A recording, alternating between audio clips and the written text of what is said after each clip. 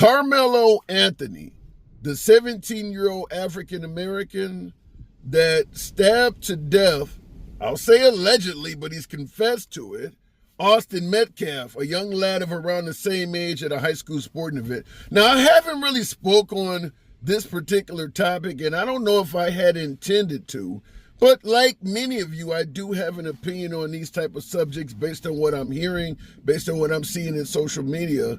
And I usually reserve that until a few folks start to ask me, what is my take on it?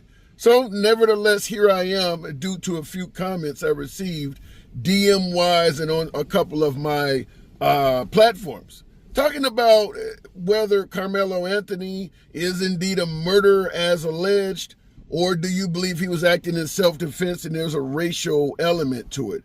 My humble opinion started out, I think the answer could be yes to both of those questions.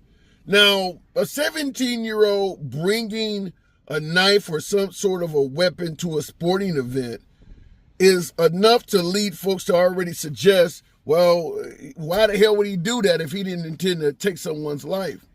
Indicating that shows he had a premeditation to commit an act of murder.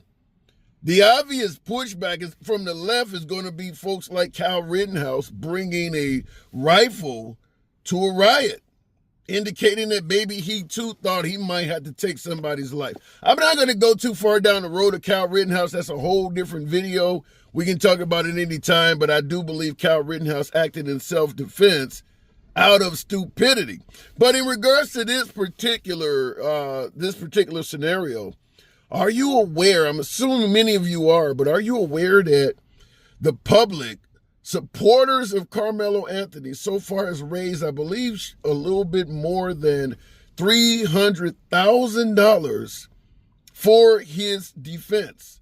I'm going to ask you guys flat out in the comments, do you think that should be legally allowed? Someone is being investigated for cold-blooded murder, and the public can actually give them money.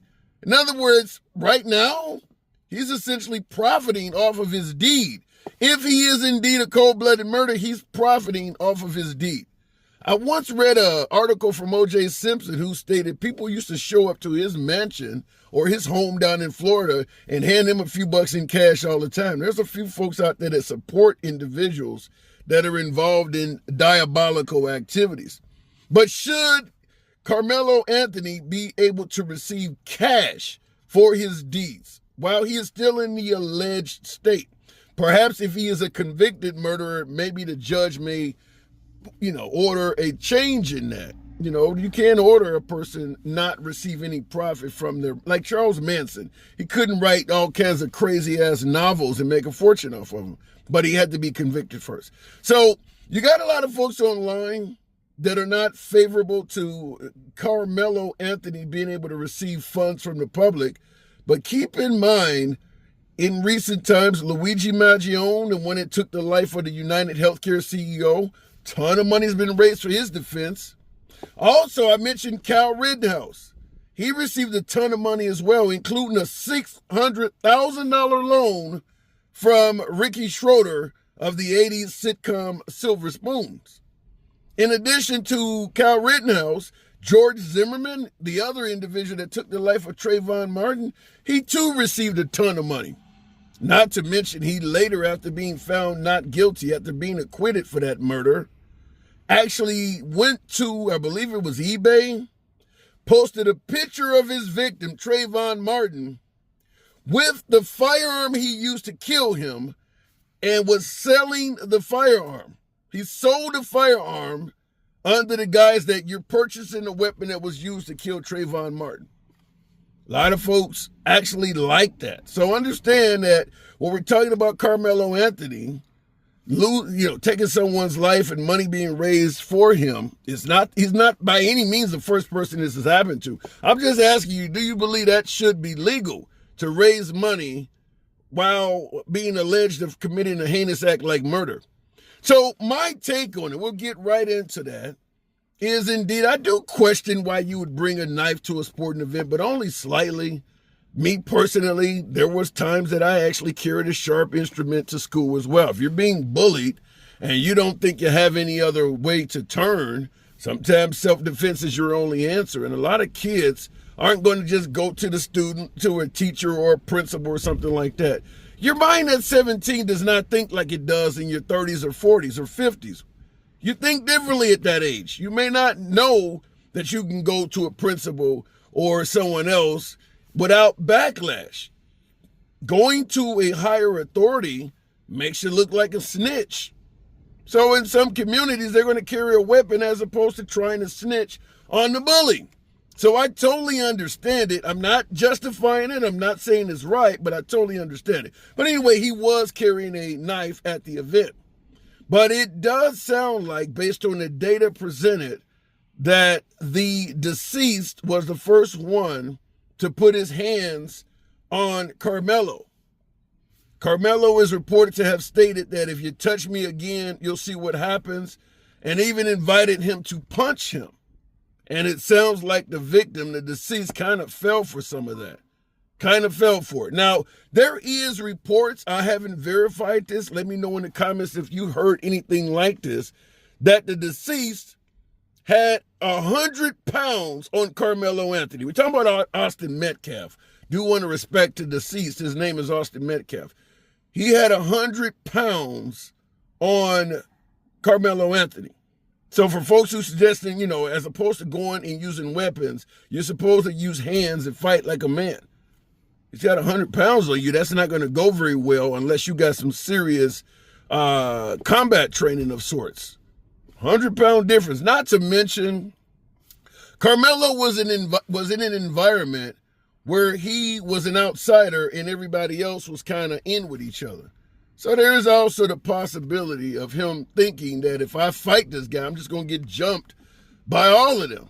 Because the brother of Austin Metcalf, he has a twin brother, was also present. By the way, Austin died in his brother's hands as his brother was trying to keep pressure on the wound.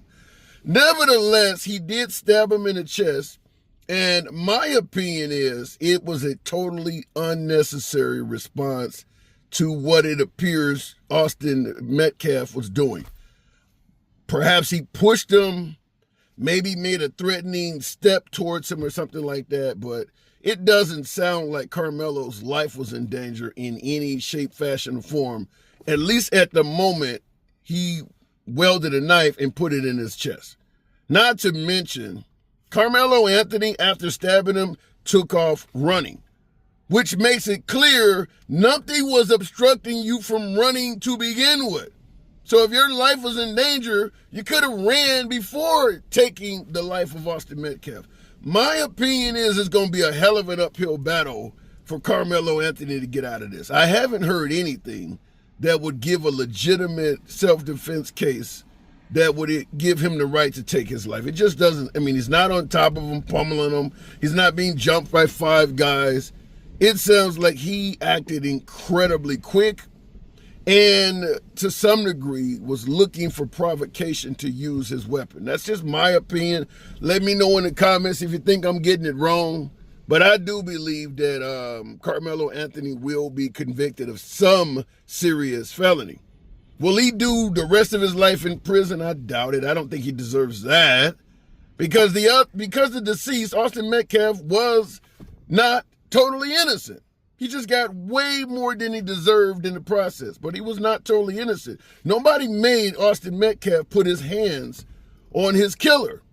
He didn't have to touch him at all. He could have easily called someone else and told them, this guy doesn't belong sitting here. It sounds like Karmelo wanted to sit under some type of tent or umbrella or whatever the hell they were under, some structure, because it was raining outside. They didn't want him under there. So they tried to move him physically. You don't have the legal right to do that as a citizen unless it's on your property. And that's not what applied here. He didn't have a legal right to put his hands on him and try to move him. Does that mean he should have been killed? Hell no. But it doesn't mean he's innocent either. Had Karmelo Anthony not did what he did, then Austin Metcalf would be guilty of assault. He didn't have a right to put his hands on him. So he touched him. I don't know to what level of aggression, but he got way more than he deserved in the process. And I do believe Karmelo Anthony will be convicted of something. He's 17. I doubt if he spends the rest of his life in prison. Chances are he'll be out way before he's even my age. 15, 20 years max. I doubt if it's more than that. But my words may not age well. It is in Texas. That speaks volumes. And I believe Texas is a stand-your-ground state. So even though he clearly could have ran away, in stand-your-ground states, you don't have to.